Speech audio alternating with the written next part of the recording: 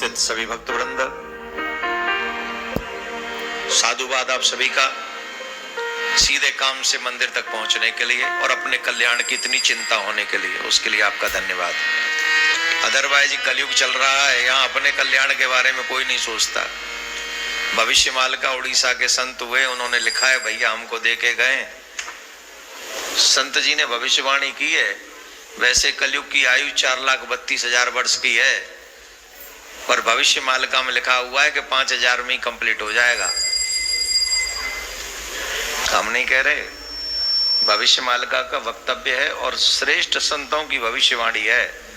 तो आप शॉर्ट में अगर समझना चाहते तो इतना समझ लो, 2025, 2026, 2027 ये 3 साल पूरे विश्व की मानवता के लिए डेंजरस टू डेंजर है। और जो जो निशान बताए गए वो सब हो चुके हैं। थोड़ा बहुत मैं बता दूं, बताऊं? भविष्य मालिका में लिखा हुआ है, उनकी ध्वजा कभी गिरती नहीं, उसमें अग्नि नहीं लगती। और मंदिर, वो पहला मंदिर ऐसा है जगन्नाथ प्रभु का, जिस मंदिर पर कोई भी जो अपवित्र पक्षी हैं वो बैठते नहीं हैं। जो अपवित्र पक्षी हैं वो उस मंदिर के ऊपर नहीं बैठते हैं। लेकिन भविष्य मालिका में लिखा है, जब वो बैठने लगे तो समझना कलयुग का अंत होगा। जब ध्वजा जलने लगे तो समझना कलयुग का अंत होगा। और अंत समझ रहे हो ना कैसा होगा? 6-7 अरब है ना हम लोग, 30-35 करोड़ रह जाएंगे टोटल। जो सतयुगी माइंड वाले होंगे वही रहेंगे, जो खाने पीने वाले होंगे सब सियावर रामचंद्र के जमराज के धाम में। It's not my opinion, am I right? और पिछले 2005 से लेके ये सब घटनाएं घट रही हैं जगन्नाथपुरी के मंदिर में। You can see on internet, in Google. ध्वजा में आग लग चुकी, निशान बताएं कि कलयुग का अंत कब होगा।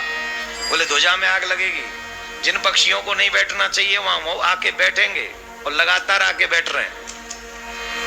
और उन्होंने कहा है कि कलयुग का अंत तब समझना जब 19वां राजा राज्य कर रहा होगा। पढ़ा है ना मैंने, 19वां राजा राज्य कर रहा होगा।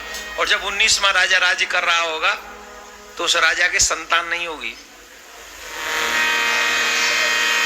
उस राजा के संतान नहीं होगी, और जब उस राजा के संतान नहीं होगी तो समझना कलयुग का अंत हो रहा है। और वर्तमान में जो राजा हैं उनके संतान नहीं है। No, don't laugh. और 19 में ही हैं, और 19 में भी हैं। ये 600 वर्ष पहले किताब लिखी गई है, 600 years ago ये भविष्य मालिका की किताब लिखी गई है, जिसमें लिखा गया है कि द्वारका का जगन्नाथपुरी के जो राजा होंगे वो 19 में राजा होंगे उस परंपरा के, और उसके बाद कोई राजा नहीं होगा वहां। और जो 19 में राजा होंगे उनके संतान नहीं होगी, और जब उनकी संतान न हो तो समझ लेना कलयुग का अंत है। और अब उनकी आयु भी कम नहीं है, राजा की आयु भी लगभग 1970 में वो राजा बने, और तब वो 19 साल के थे। 1970 में बने थे, 19 साल के थे, तो मतलब 51 का उनका बर्थ है। तो आज कितने के हो गए? कितने दिन और? उन्हीं के रहते हुए कलयुग का अंत होगा। और उसमें यह भी हिंट दिया गया कि उस समय भारत का राजा कौन होगा, और संयोग से वही राजा है। बहुत सारी भविष्यवाणी उनकी सच हो चुकी हैं।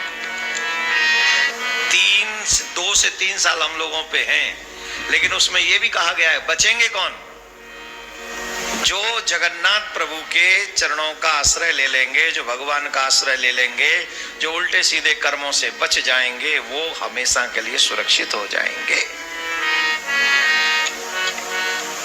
नाउ यू से, कितने साल रहना चाहते हो? 2-3 साल? तो enjoy your life, do whatever you want.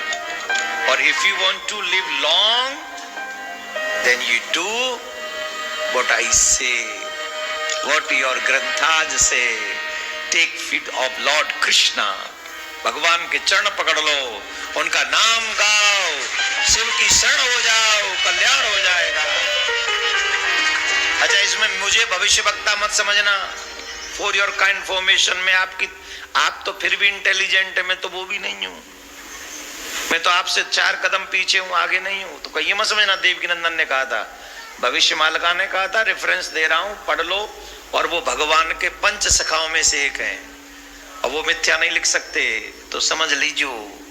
हाथ जोड़ लो, प्रार्थना कर लो, बचा लियो ठाकुर जी। जो यहाँ आए हैं, जो ठाकुर का नाम ले चुके हैं, गोविंद सनातनियों को तो बचा ही लेना, बाकी का जिनको देखना वो देख लेना, आई डोंट माइंड। 57 और 89 को तुम देखना, हम पे तो एक भी कंट्री नहीं है सरकार, हम तो विदाउट कंट्री जी रहे हैं। राधे राधे बोलना पड़ेगा।